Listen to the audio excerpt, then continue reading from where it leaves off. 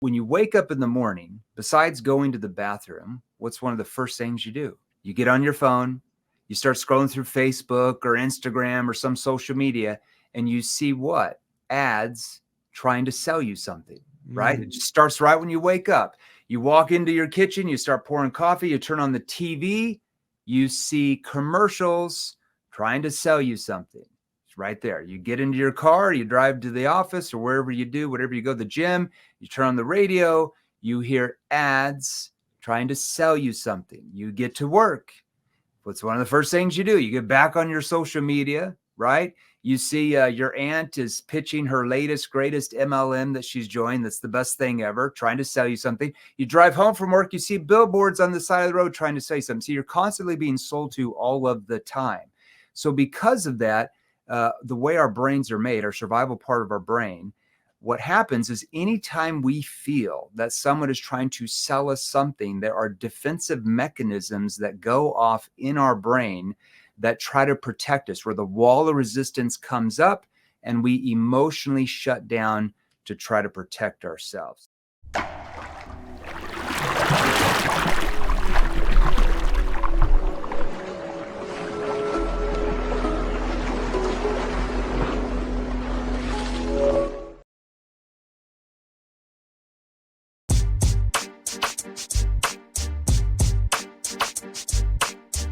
Hey, what's up, Masters? Welcome to another episode of Path to Mastery podcast. And today we have another excellent sales trainer on with us, Jeremy Miner. Jeremy, what's going on, my man? Hey, thanks for having me on the show. I appreciate your patience. I know I'm a little bit late to the party getting on here. Had some craziness getting in here to my offices today, but we are here. So let's roll, my friend. It happens. It happens. You know, I just noticed behind you on the wall, I see those, I don't know if those are records. I think they're from Russell Brunson's community, right? What do they call those things?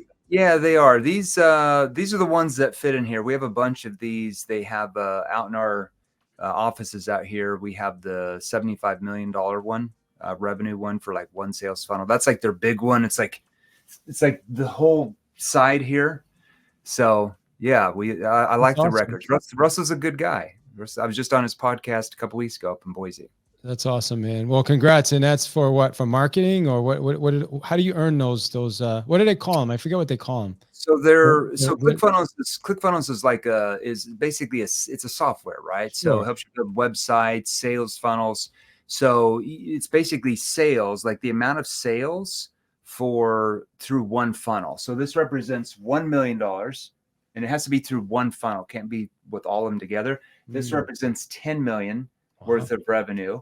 Then they have 25 million, 50 million, 75 million, $100 million awards. So we're getting close to the $100 million one. So congratulations up there, here and there. Well, you know, we're trying to help a few companies and people as long as we go, you know.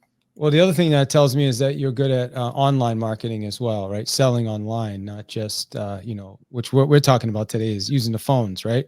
Well, part of that is the leads come through, they could come through, and then you have an outbound team. We have about 40 some salespeople in our company. So we have an outbound team. We have an inbound team. We have part of the team that cold calls companies. I mean, it's somewhat diverse. So your sales funnels can generate leads with just a name and phone number, and you call them, and that's part of the revenue in the award. It's not just like online sales. Okay. That's good to know. Honestly, I didn't know that. So it's awesome. There you go. All right. Good stuff. And I don't have one of those yet. So, but also I'm with a high level, so I'm not sure I would get one. You can't get the award. You got to be using the software to get the awards. Don't worry. I won't tell Russell. Thank you. Yeah. Appreciate it. All right. So your company is called Seventh Level. Sure. And tell us what Seventh Level is, though, before I. We're a global sales training company. We train companies all the way from, we've got a few Fortune 100 clients, several Fortune 500, all the way down to SMB, all the way down to individual salespeople that sell anything. We train them how to use techniques and certain questions that work with human behavior rather than work against it, to get their prospects to, as our clients would say, let their guard down and emotionally open up and tell you what's really going on. A lot more to that, but that's kind of what we do. That's what we're known for, I guess. I love it. Okay, good. And I want to talk about that work with human behavior instead of against it. We're going to get to that. That might be important. Yeah. Yeah, it's critically important. I've been doing sales 36 years. Yeah. So your approach is problem solving, not just pushing products. I'm going to make you bio quick, you can jump in. Oh, yeah. Problem solving is obviously important, but if the prospect doesn't buy from you, you can't really be a problem solver, right? Because problem solving really happens after they purchase and implement your product or service or thing. Really, it's more about problem finding and helping the prospects find problems they didn't realize they had. But I digress. Go back. But Okay, yeah, we'll be a problem finder and problem solver, not a product pusher. You just keep giving me really good points to talk about. Is great. So your company is called Seventh Level. You are the fastest growing U.S. Sales training company for 2 years. Supposedly. Supposedly on the Inc. 5,000 list. 5,000 that says we are, yeah. Grant might quite, challenge you on that one, but who knows? Who? Grant Cardone, but it's. Well, I mean, his company's been around for 25 years. How long have you guys been around for? And I'm messing with you, but how long have you been around? We're younger. We've been around 4.5 years or so. Okay. So yeah, we're, getting up there trying to play ball. Got it. And you're a top 10 global sales trainer according to Selling Power magazine. The company is the company. Got it. Okay. And your sales training is rooted in behavioral science, empowering over 459,000. That's a big number across 158 industries for 10x, 3x to 10x improvements. And you're recognized in Forbes, Entrepreneur, and co-authored a book targets selling to the unsellable generation. I love it. Good stuff, man. Well, thanks for joining us today. There you go. So what's the unsellable generation? Is that millennials, or what's the unsellable generation? No, unsellable generation is really anybody. I mean, in our day and age, what we all have to understand is that your prospects are constantly being sold to pretty much every waking hour that they're awake, right? And when I say this at keynote, sometimes people are like, "Well, I'm not being sold to. I only talk to 2 salespeople a week." I'm like, think about it, because when you wake up in the morning, besides going to the bathroom, what's one of the first things you do? You get on your phone, you start scrolling through Facebook or Instagram or some social media, and you see what? Ads trying to sell you something, right? It just starts right when you wake up. You walk into your kitchen, you start pouring coffee, you turn on the TV, you see commercials trying to sell you something. Right there. You get into your car, you drive to the office or wherever you do, whatever you go to the gym, you turn on the radio, you hear ads trying to sell you something. You get to work. What's one of the first things you do? You get back on your social media, right? You see your aunt is pitching her latest, greatest MLM that she's joined. That's the best thing ever, trying to sell you something. You drive home from work, you see billboards on the side of the road trying to sell you something. So you're constantly being sold to all of the time. So because of that, the way our brains are made, our survival part of our brain, what happens is anytime we feel that someone is trying to sell us something, there are defensive mechanisms that go off in our brain that try to protect us, where the wall of resistance comes up and we emotionally shut down to try to protect ourselves. So that is what we mean in an overview of the unsellable generation. And that is not going to get better for you as a salesperson. So you might want to learn how to use human behavior to your advantage rather than triggering sales resistance because you sound like a salesperson. There's a lot more to that, but that's a good start. Yeah. Okay. I love it. And so I'm going to go, I want to bring us to one of your videos on YouTube. By the way, I want people to check out your YouTube channel. I know you just said you're growing it. It's growing fast. So that's great. What's your YouTube channel, by the way?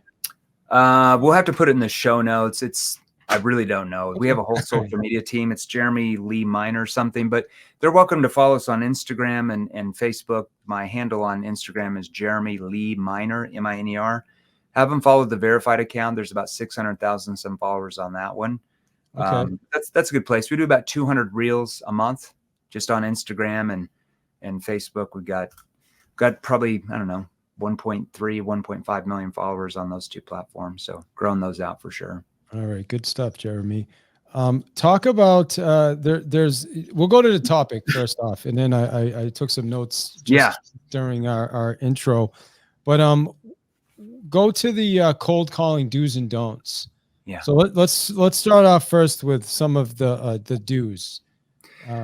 It might be better to start off with what most salespeople have been trained to do, so they understand psychologically why it's not working so well for them, right? Because typically when you cold call or you call any type of outbound leads, pretty much your sales manager, your VP of sales, your chief sales officer, 99% of sales trainers out there will tell you that what? Selling is a numbers game, right? Yes. Selling is a numbers game. Just call as many leads as you can. Eventually you're going to get somebody that's interested. Well, you can play that type of ball game.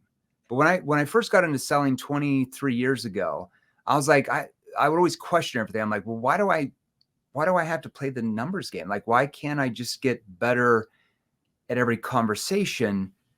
And instead of, selling to 1 out of 100 people I talk to, why can't I learn skill sets where I can sell to 7 out of 10 people I talk to? Like, I'd rather focus on the skills game. Sure. But it still but it would still be a numbers game, wouldn't it? Wouldn't that still be the numbers game? Which is your numbers are better. Your numbers are improved numbers. Yeah. The problem is that sales managers that feed that into your salespeople's minds, that's why your salespeople sound like scripted robots, because they're not focused on the quality of each conversation. They're focused on hitting their numbers. And when you do that, you quite literally will sound like a salesperson trying to sell them something, which automatically the walls come up. And that's why when salespeople call, I made a little bit of dollars off cold calling. I made almost $3 million a year commission straight cold calling in my job a long time ago. But when they start the call like, hi, is this John? Hey, John, it's Jeremy Miner with XYZ Company. Hey, the reason why I called you was, oh, not interested. Oh, we already have somebody for that. You sound like everyone else. So you were quite literally triggering sales resistance in the prospect's brain. Have you ever heard of fight or flight? Yeah, of course. Yeah. Have you ever thought about what actually triggers fight or flight mode in a human brain? Have I thought about it? I know I actually never sat down and thought about it. Yeah, because most people in books, I've read a few sales books in my life. They'll say, oh, you're triggering fight or flight mode, but then they don't know what actually causes that. See, the salesperson, the prospect does not cause fight or flight mode. Fight or flight mode is a triggered reaction based on the salesperson. So this is something that all of us, especially if you're cold calling, okay, whatever industry you're in right now, you have to understand how the brain is working, because if you understand how the brain works, you have a kind of a cheat code to getting the prospect to let their guard down over salespeople who just go through the numbers and have no idea what's going on.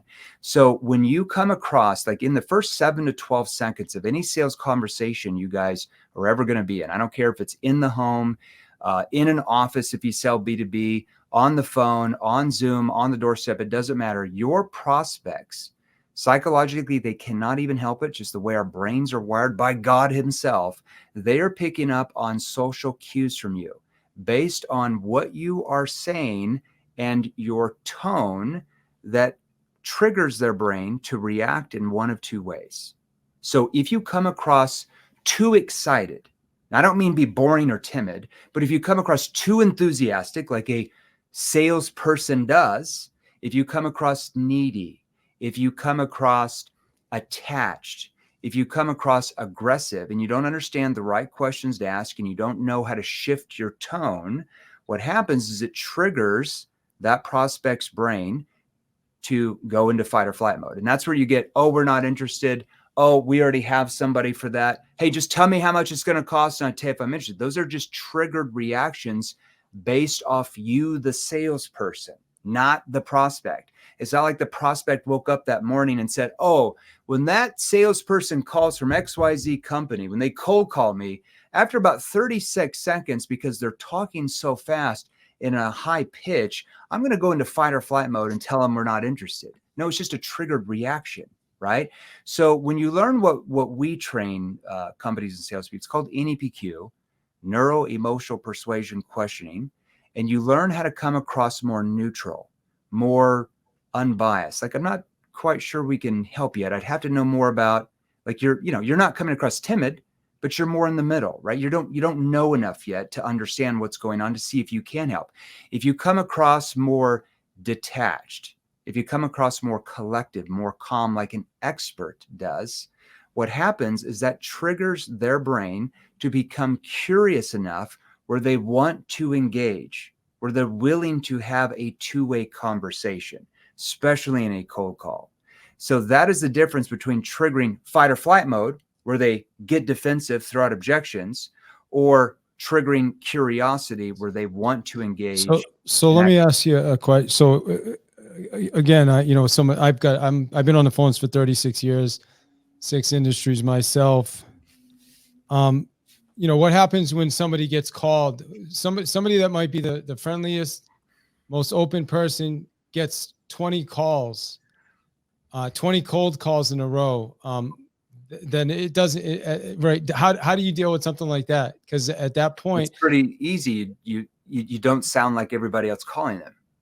99.9% of cold callers say what in the first 20 seconds? Just tell me.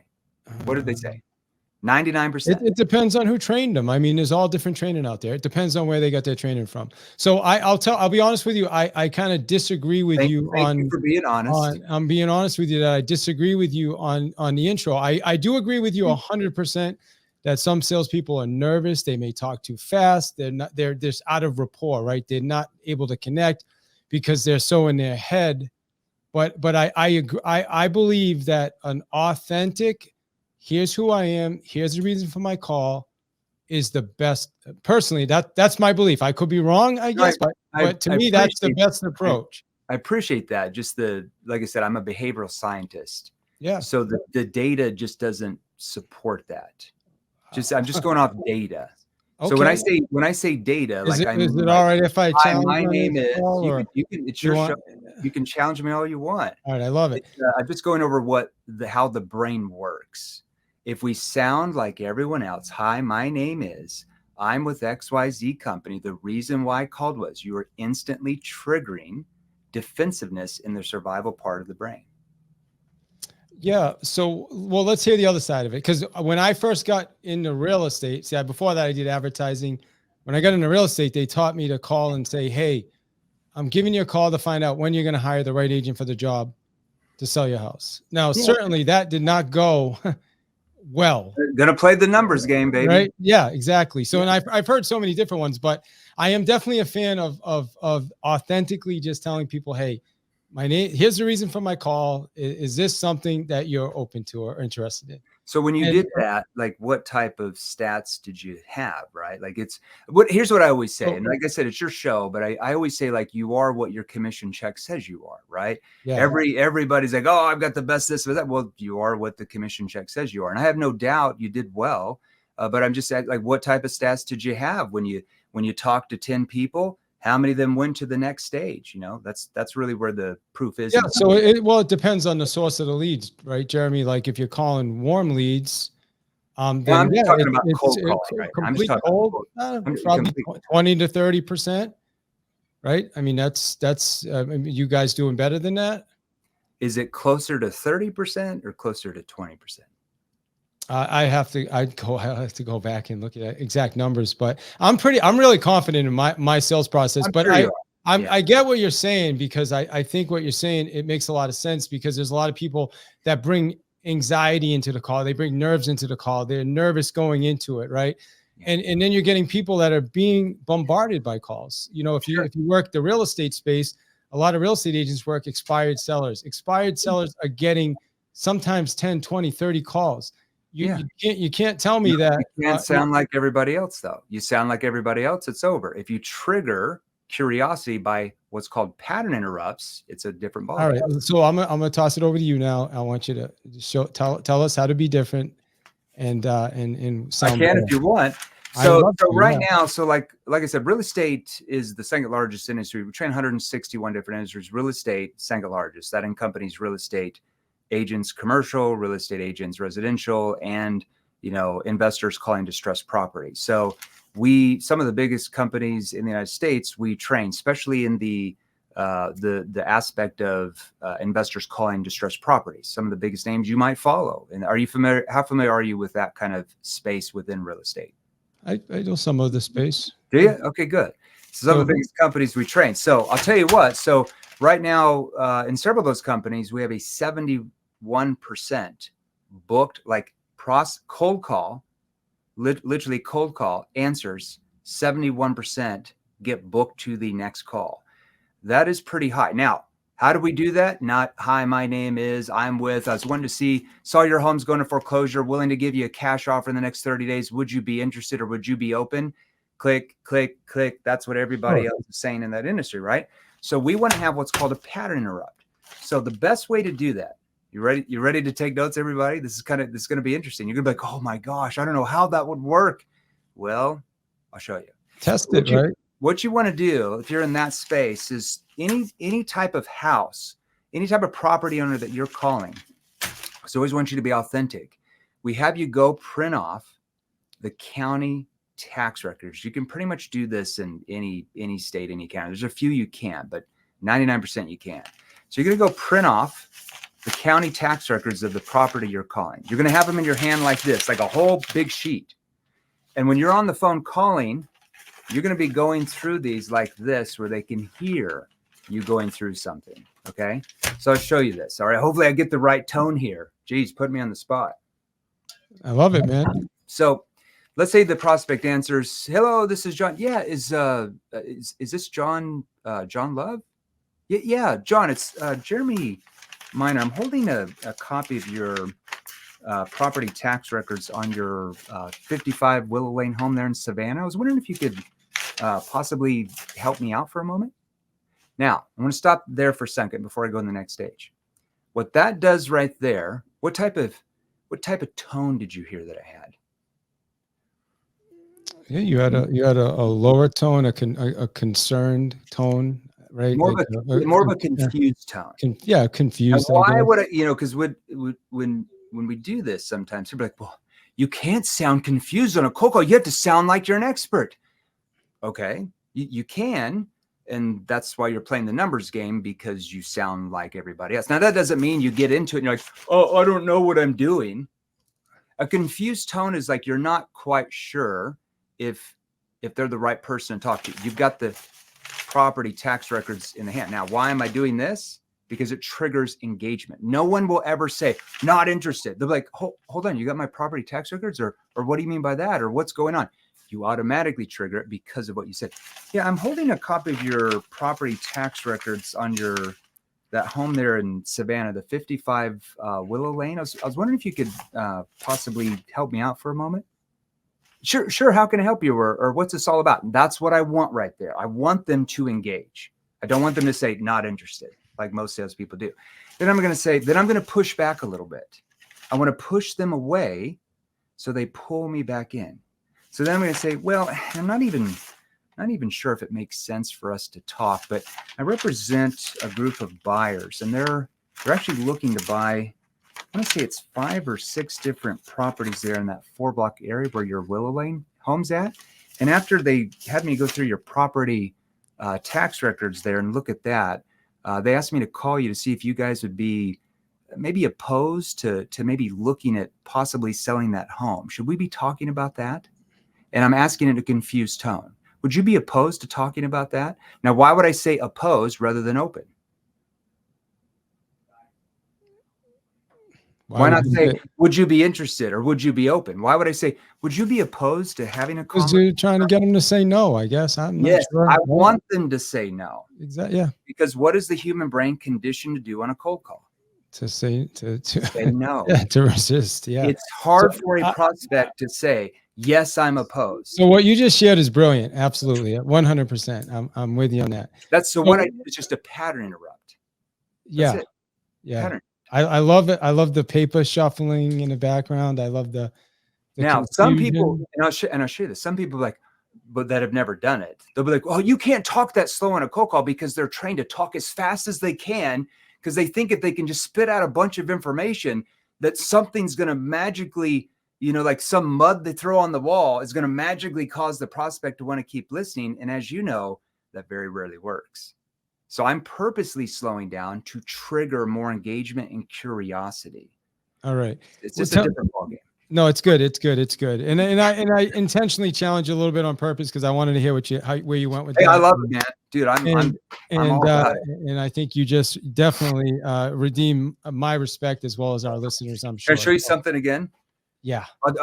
Well, I'm not even sure if it makes sense for us to talk. Why would I do that in the beginning? I'm not even make sure. It's a takeaway. I'm pushing them away. Yeah, absolutely. Yeah. Okay, you know what I'm doing. So, but let me ask you this then. We'll talk about some of the mistakes. And honestly, I think I feel like we got to do it again because I only got another 10 minutes and I want to do that. We'll do it again. We'll do it again. 100%. All right.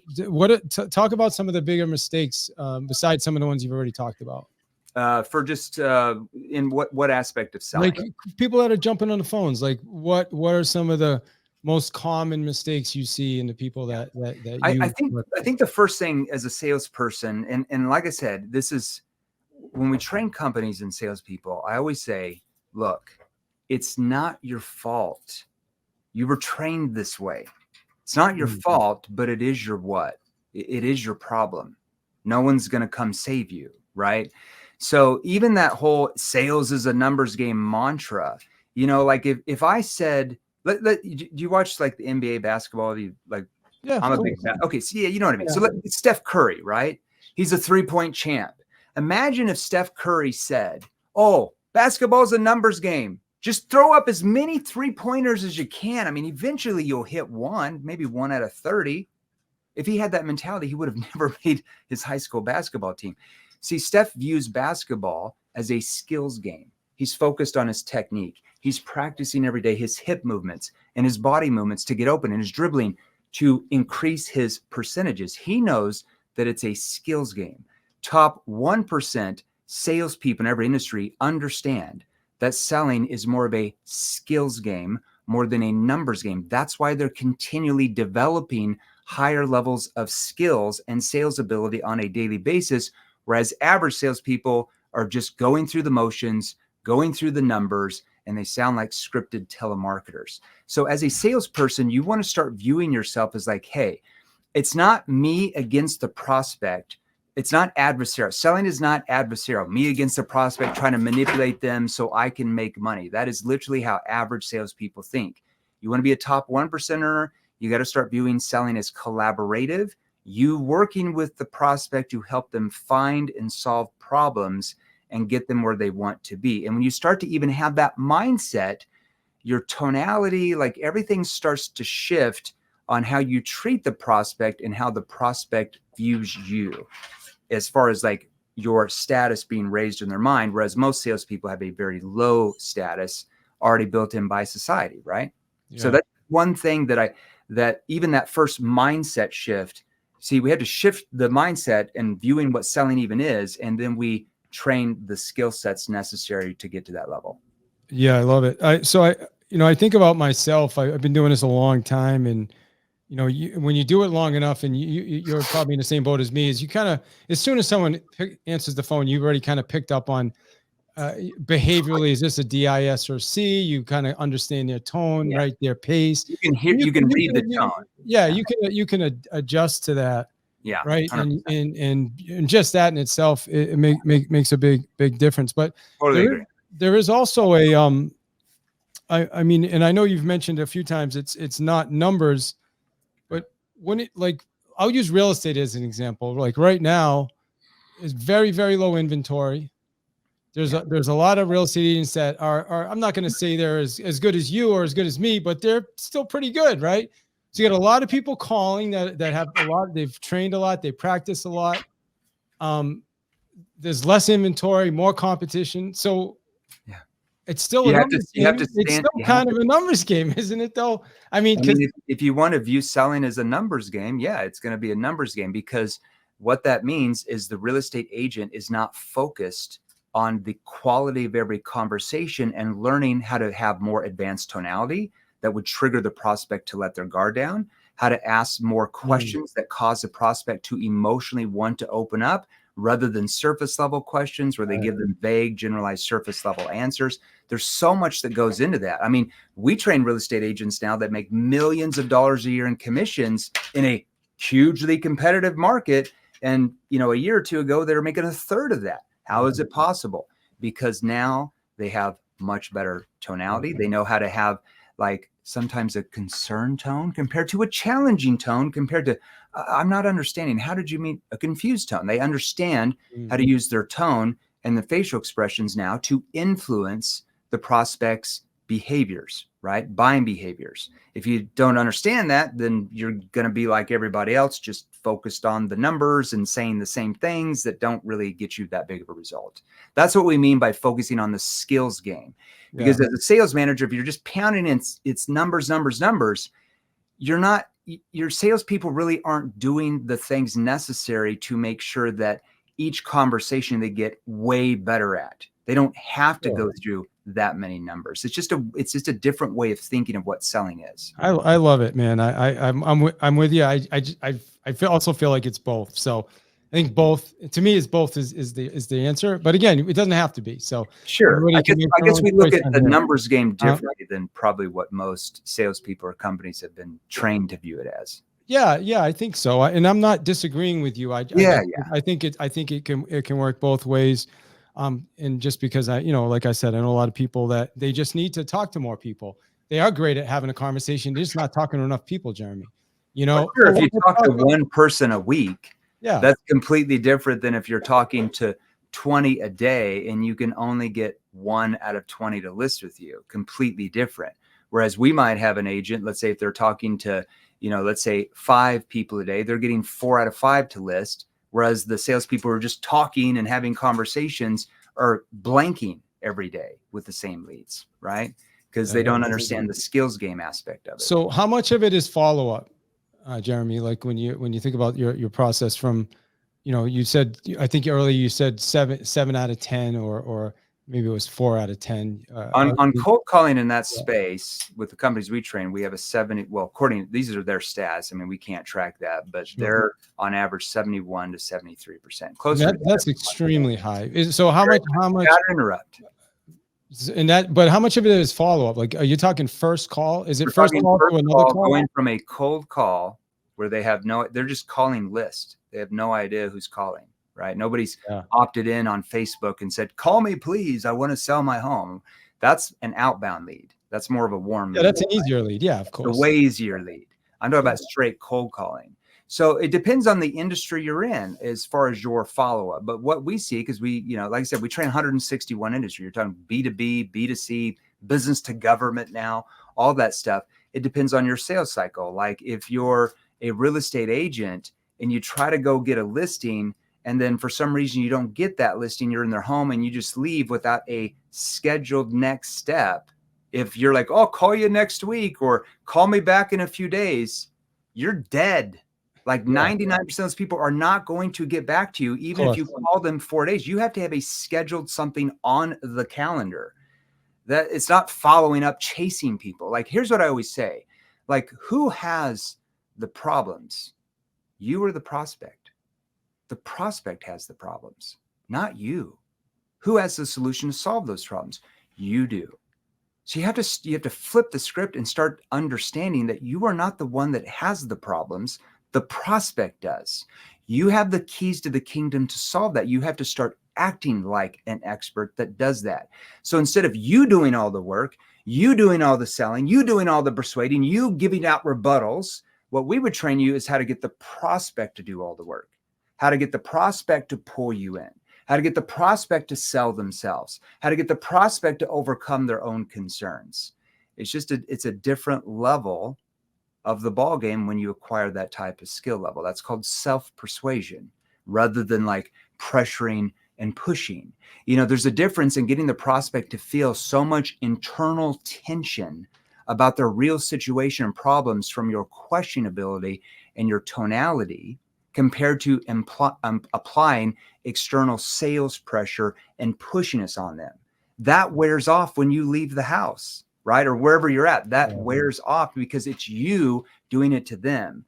Whereas if I can get them to feel so much internal tension, that is them wanting to change their situation, but I'm facilitating that from my questioning and tonality ability. I love it.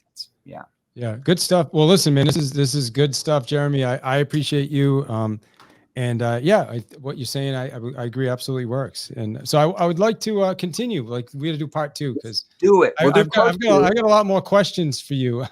This is I love it. fun. This is really I fun. love it. Hey, everybody on here watching or listening, this is I will take responsibility because I was like 22 minutes late. So I had a previous engagement that I could not skip that got overbooked. So I appreciate you waiting out. I know you're a busy man having me on your show. So I'd love to be on your show again. Yeah, sure. I will definitely reach out. I'd love to continue the conversation and just kind of talk about the different, because it's just different sales processes. I get it. You have your process and I respect it. And I think you sold me on some stuff today as well. And I'm not sure I sold you. Well, I might have triggered your curiosity. Yeah, got it. You definitely triggered my curiosity on the paper shuffling thing, that's for sure. But we do that a lot of real estate agents too. Now, hey, if they're I know we didn't have time to get into a lot of specific questions, especially with like insurance agents, real estate, really any. I mean, we train every industry at this point, but those are huge industries we train in. If any of your community wants to learn more about some of those questions, they're welcome to go to one of our free Facebook groups. So I threw it in here. If you want them to go get some of those details, that's all free. We don't charge them for any of that. Awesome. They can go to salesrevolution.pro. There's like 100,000 people in that one or somewhere around there. A lot of people in your industry. And then if they want a book to kind of whet their appetite, they can go to barnesandnoble.com. This is the book you mentioned, The New Model of Selling, with me and Jerry Acuff. He runs a large sales consulting firm on the East Coast. And this is where we give you a lot of tactical advice. I always get pissed off in my early years of selling. I'd read all these books and it would just basically be theory wrapped around 27 different ways. I'm like, well, I know how to set goals. I'm motivated, but what do I say? What do I ask? How do I use my tone?